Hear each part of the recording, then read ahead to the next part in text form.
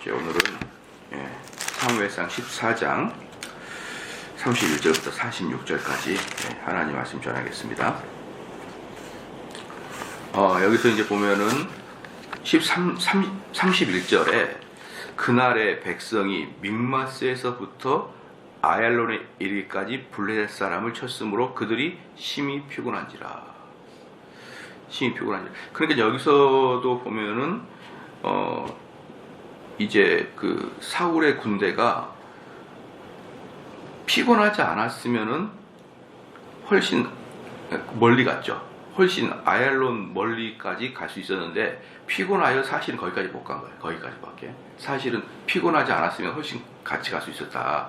그래서 32절에 백성이 이에 탈취한 물건에 달려가서 양과 소와 송아지를 취하고 그것을 땅에서 잡아 피 있는 채 먹었더니 이들이 이제 얼마나 배고픈지 가가지고 이제 거기서 송아지를 잡았지 않습니까? 그런데 이제 이렇게 하게 되면서 어제도 말씀드렸지만 지금 이들이 그 사울이 금식하라 이렇게 선포한 것은 금식하라 이렇게 선포한 것은 사실 왕의 어떤 뭡니까 자존심, 왕의 자존심 또는 이 전쟁에 사울의 자기의 어떤 공로 이런 것들이 섞여 있는 것이죠.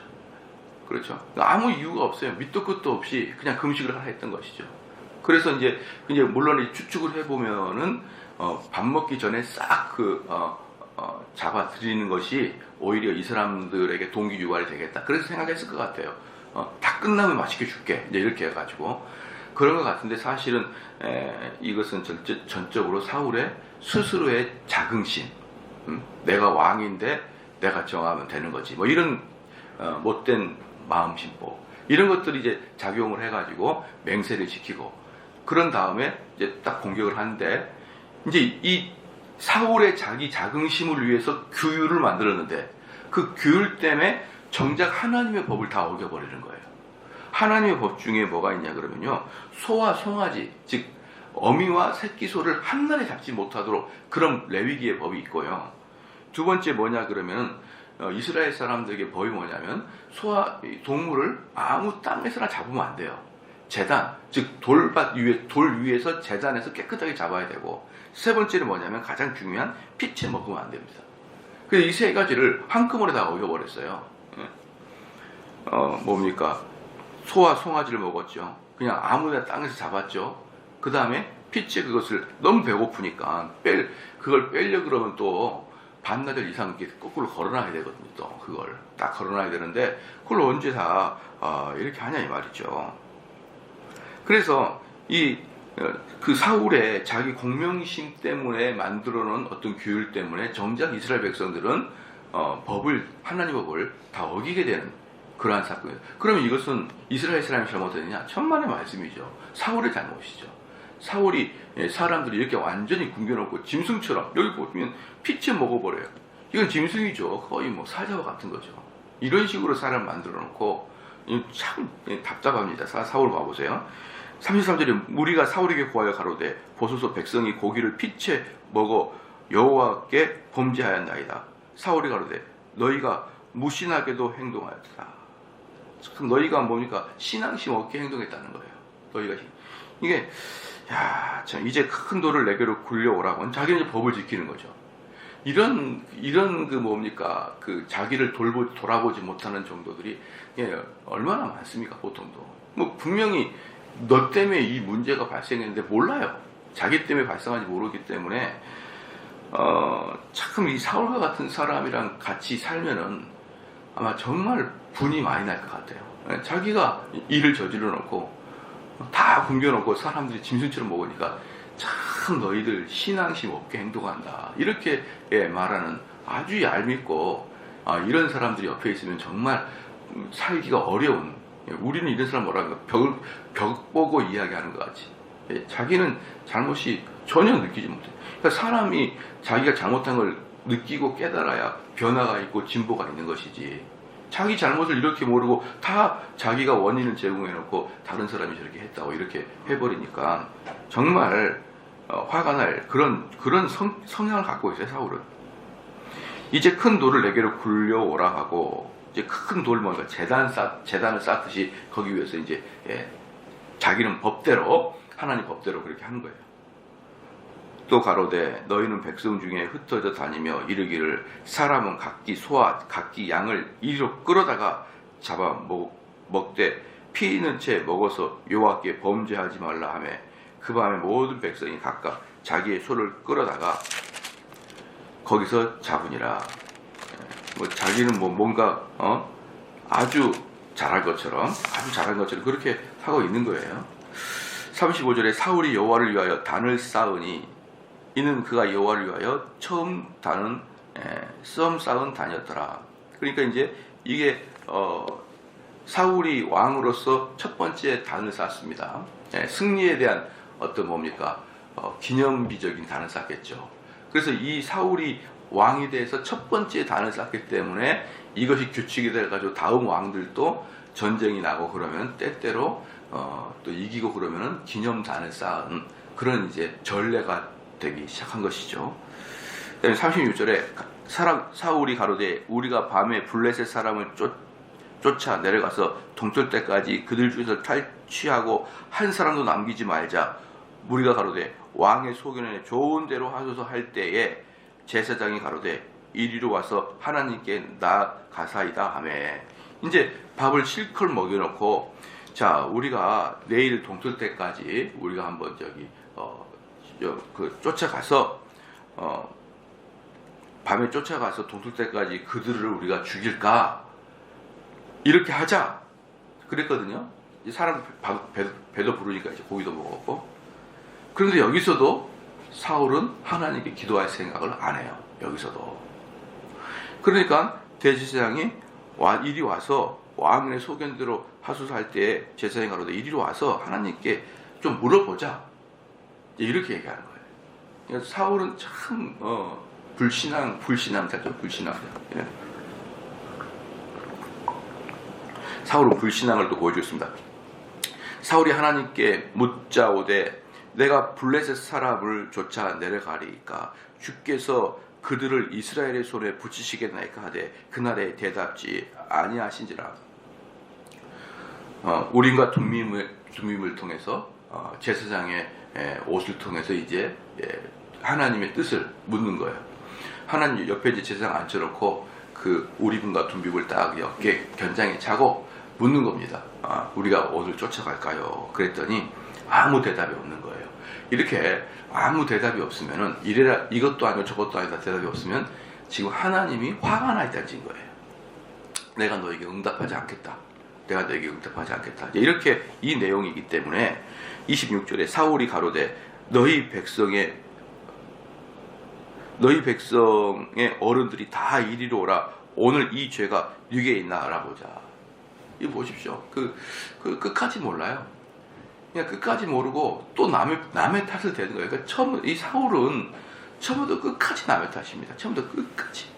앞으로도 이후에도 보시면 되겠지만 계속 남의 탓, 다윗 탓, 누구 탓, 계속 남의 탓만 하는 거예요. 그러니까 이 사울을 면밀히 관찰해 보면은 정말 같이 살기 어려운 그런 성향의 속성을 갖고 있는 사람이에요. 자기가 잘못을 했고, 자기가 이렇게 다 뒤집어 놓고, 전부 다 도대체 누가 죄냐? 이렇게 이러니까 아마 백성들은 속으로 얼마나 얄미울까요? 쥐가 그려놓고. 근데 왕이 오니까 사람도 못하고, 사람들이 말도 못하고 그러는 것이죠.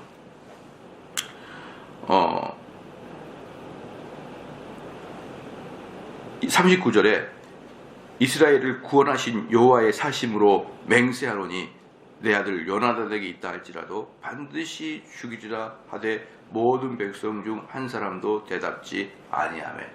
여기서 보면은 39절에 사울의 경솔함이 아주 그대로 드러납니다. 그대로 드러나는데 이스라엘의 구원하신 여호와의 사심으로 맹세하노니. 왜 거기에서 맹세를 합니까? 지가 뭔데? 그래놓고 맹세하노니 이제 그래놓고 자기의 그 왕에 대한 어떤 권세를 이야기하고, 아마 분명히 사울은 그렇게 생각했을 거예요. 분명히 내가 먹지 말라는 음식을 전쟁 중에 누가 먹었을 것이다. 이렇게 상상을 딱 한 거예요. 그렇게 쭉쭉. 그러니까 지금 하나님이 화나신 것이지. 하나님이 화나신 건 사실은 사울의 행위 때문에 화났는데, 사울은 분명히 내가 먹지 말라는 그 뭔가를 먹었기 때문에 하나님이 지금 화를 냈을 것이다. 이제 거기까지도 좋아요. 그런데 더 결단력, 더 뭡니까? 자기의 어떤 그 단호함을 이야기해서 설령 내 아들이 먹었을지라도 나는 걔를 죽일 것이다. 죽일 것이다. 그래서 보면 맹세하노니 그 다음에 내 아들 이름 넣었죠. 내 아들 요나단 넣었죠. 그 다음에 반드시 죽이리라. 이런 절대적인 언어를 진리가 아닌 부분에서 쓰면 안 됩니다, 여러분. 절대적인 언어를. 하나님의 복음의 진리에서만 반드시 절대적으로 이게 들어가는 것이지, 어떻게 일반적인 삶을 살면서 반드시라는 말이 들어갑니까? 그러니까 제가 이제 무슨 말씀을 드릴 때 우리 성도들이 오해할 수가 있는데, 저는 그 오해하지 말고 잘 들어보십시오. 저는 청문회 나와가지고 답답하게 끝까지 말 안 하는 사람들 있잖아요. 그죠? 그 막 국회의원이 당신 그러고도 무슨 장관이 그것도 몰라도 끝까지 그 자기 불리한 이야기를 안 하는 그 훈련을 해야 됩니다, 여러분. 그렇게 다른 사람 막 분노케 하라는 그런 뜻이 아니고요. 화가 나도 극단적인 이야기는 하면 안 돼요. 극단적인 이야기나 단호한 이야기나 반드시나 결단코나 이런 이야기는 우리 어느 습관에서 빼버려야 됩니다. 빼버려야 돼요. 무슨 뜻인지 알겠죠? 그 청문회 그 사람들이 좋다는 뜻이 아니고, 그들을 제가 보면서 저는 딱 한 가지는 배워요. 저렇게 모멸감을 당해도 끝까지 이렇게 그래요, 내가 알았어요, 이런 말을 안 하는 걸 보면 무지하게 훈련을 받고 나오나 보다. 그 청문회들 선배들이 있을 거 아니에요. 너 나가면은 어떤 일이 있어도 그렇게 해라, 이렇게 훈련을 받고 나온다는 느낌이 들어요. 그런데 우리가 이 땅에 살면서 이런 식의 언어를 피해야 되는 거예요. 예. 반드시 나는 너를 앞으로 다시는 안 본다. 그러고 보잖아요, 또. 그러고 봅니다. 다시 안 본다. 그렇게 우리는 이 사울의 이 39절의 사울에 보면 사울이 얼마나 경거망동한 자인지, 얼마나 자기 자신을 돌아보지 못하고, 자기 자신을 돌아보지 못하는데 성격은 급하고 아주 자기 권위는 또 세울 것이 있고, 이런 것들이 아주 복합되어 있는, 쉽게 말하면 삼류 인생밖에 안 되는 거예요, 사울은. 40절에, 그러니까 39절 마지막에 백성 중 한 사람도 대답지 아니하며, 이게 뭡니까? 불만이 있다는 거죠. 불만이 있다. 불만이 있다. 너 문제인데. 근데 차마 왕이니까 말은 못하겠고, 40절에 이에 그가 온 이스라엘을 이리로 너희는 저편에 있으라, 나와 내 아들 요나단은 이 편에 있으리라.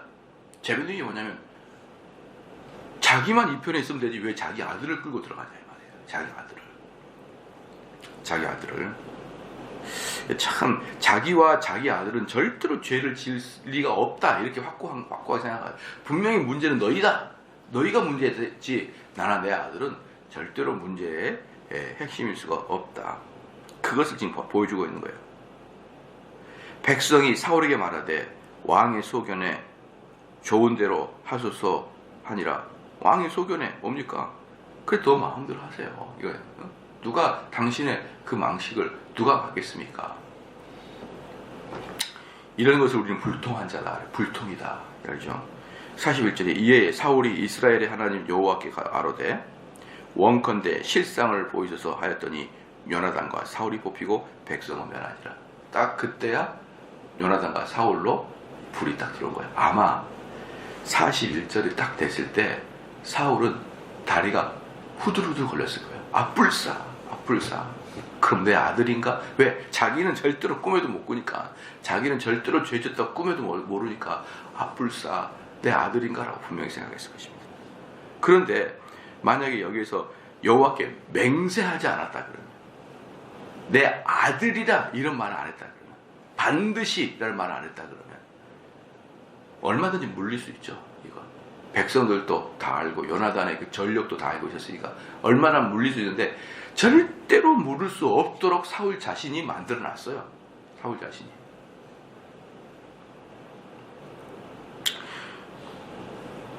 사울이 가로되 나와 내 아들 요나단 사이에 뽑히리라 하였더니 요나단이 뽑히니라.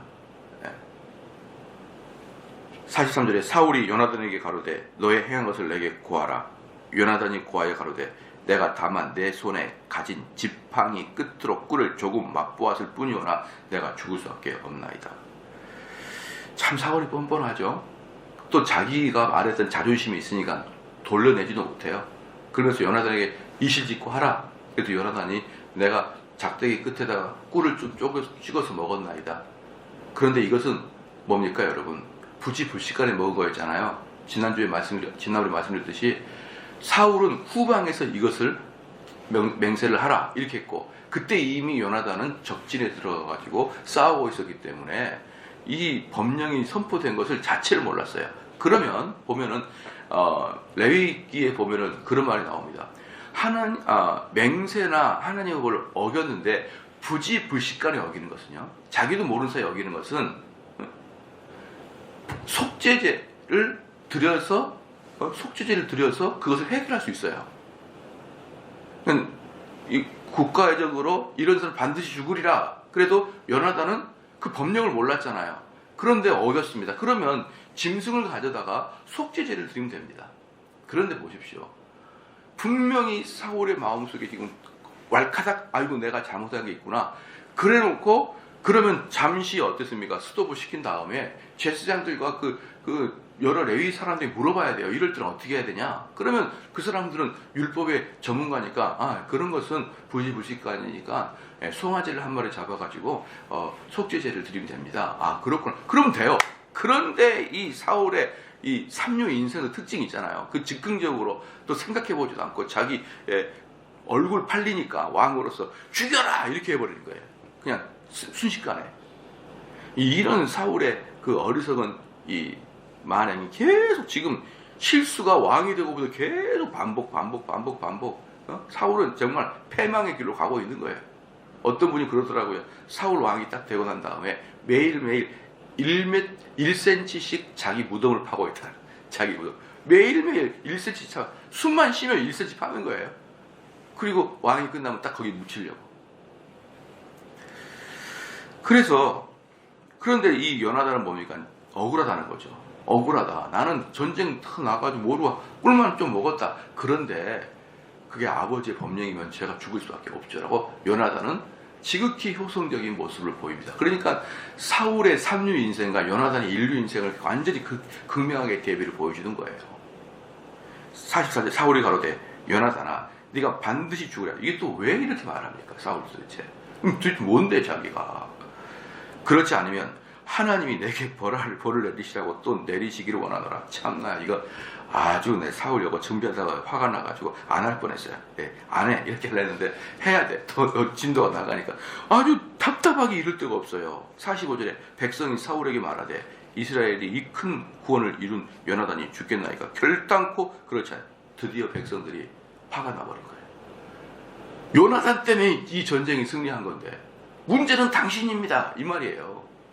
절대로 요나단을 결단코 죽일 수 없을 것입니다 라고 아예 사울에게 아예 대항을 해버립니다. 이스라엘의 이 큰 구원을 이룬 요나단이 죽겠나이까? 결단 그렇지 아니하나이다. 여호와의 사심을 맹세하옵나니. 아예 이스라엘 백성들이 맹세를 해버려요. 맹세하옵나니 그의 머리털 하나도 땅에 떨어지지 아니할 것은 그가 오늘 하나님과 동사하였습니다 하여 요나단을 구원하여 죽지 않게 하니라. 제가 이제 이 구절을 가만히 보면서 도대체 사울의 마음은 이때 어땠을까?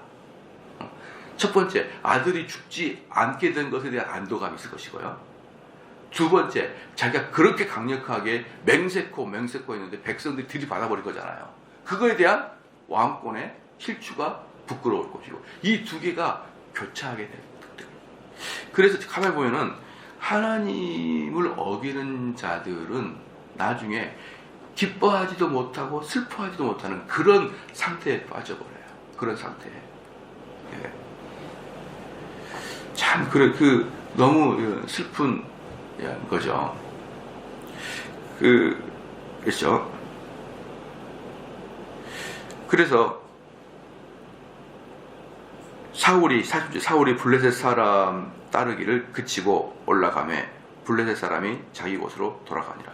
46절에 보면은 여기서도 사울의 경솔함이 나타납니다. 경솔함.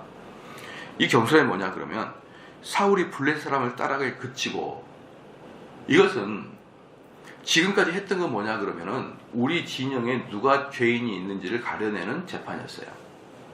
그거하고 여호와 하나님이 끝까지 추격해가지고 블레셋을 진멸하는 법령은 다른 거예요. 근데 그것을 묻지도 않고 수습을 해버립니다. 수습을 해버려요. 그러니까 여기서도 보면은, 여기서 보면은 사울이 블레셋 사람을 따르기를 그치고, 그러니까 그치고는 묻지 않았죠. 자기가 스스로 이미 판 깨졌다, 이미 분위기는 끝났다, 이쯤은 됐다, 자기 스스로 평가하는. 여기서도 하나님 묻지 않습니다. 그리고 올라가 버려요. 그랬더니 블레셋 사람이 자기 곳으로 돌아가니라. 이게 뭐냐면 블레셋 사람이 아직 블레셋 진영으로 가 있지 않는 상태였다는 거예요. 이때가 사울이 그냥 철군한 다음에, 블레셋 사람들이 자기 진영으로 그때야 또 도망간 거예요. 그렇기 때문에 여기서 사울의 군대가 끝까지 밀어붙였으면요, 어떤 일이 발생했냐? 진멸시켰습니다. 그런데 이때 이 사람들이 사울이 막판에 오지 아니함으로 숨었다가 그들이 철군하니까 블레셋에 들어갔는데, 이때가 지금 사무엘상 14장이죠. 14장에 숨어서 들어갔어요. 거의 진멸을 당했었는데, 그리고 진멸당하지 않고 블레셋에 들어가가지고 다시 자기들을 키우고 전력을 가다듬고 사무엘상 30장 이후에 다시 나타납니다. 그래서 거기에서 어떻게 됩니까? 사울과 요나단을 죽이는 전쟁을 승리로 이끌어버린 블레셋이. 그래, 이때 하나님 앞에 또 어영부영했던 사울 때문에 애매한 요나단까지 죽고 그 가족들이 다 몰살당해버리는 거예요.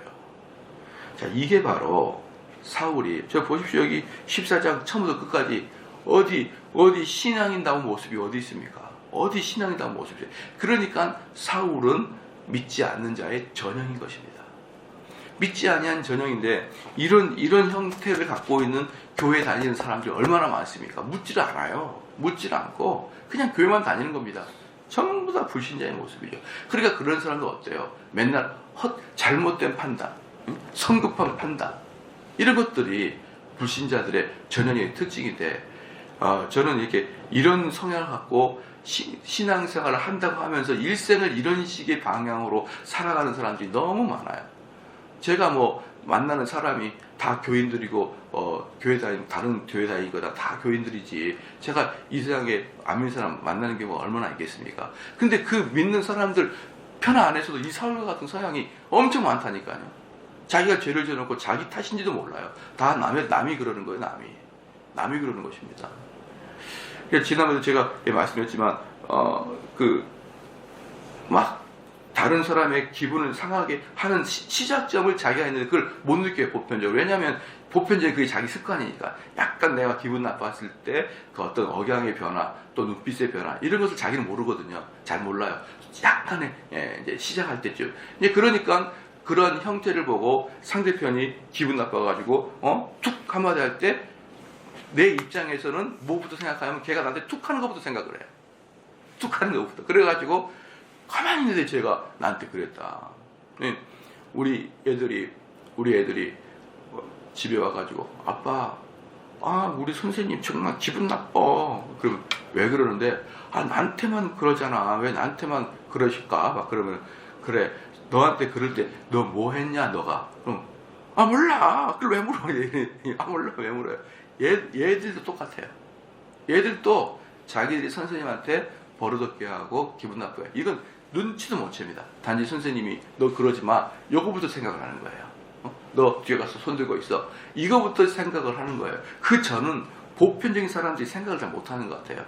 그런데 우리 그리스도는 뭡니까? 만약에 내가 그러지 못한다 그래도 그 어떤 사건이 딱 발생했어요. 그럼 우리는 어때요? 예배실에 고려히 앉아서 기도하고 생각을 해보는 거예요. 왜 나한테 이런 일이 발생했지? 자꾸 생각하고, 성령이여 내 마음을 열어주셔서 내 눈을 열어주셔서 나에게 그것들에 보이게 하고 느끼게 하여 주셔서 그러면서 내 문제를 파고 들어가야 되는 거예요. 내 문제를. 그러면 하나님이 우리의 모습을 보여주십니다. 아, 내 이런 모습들이 나한테 있었구나. 내가 오히려 잘못했구나. 그러면서 남의 눈에 티끌을 보지 않고 내 눈에 들보를 보게 되는 것이죠. 이게 바로 성도의 삶인데 사울은 그런 거 하나도 없었다는 걸 우리가 볼 수 있습니다.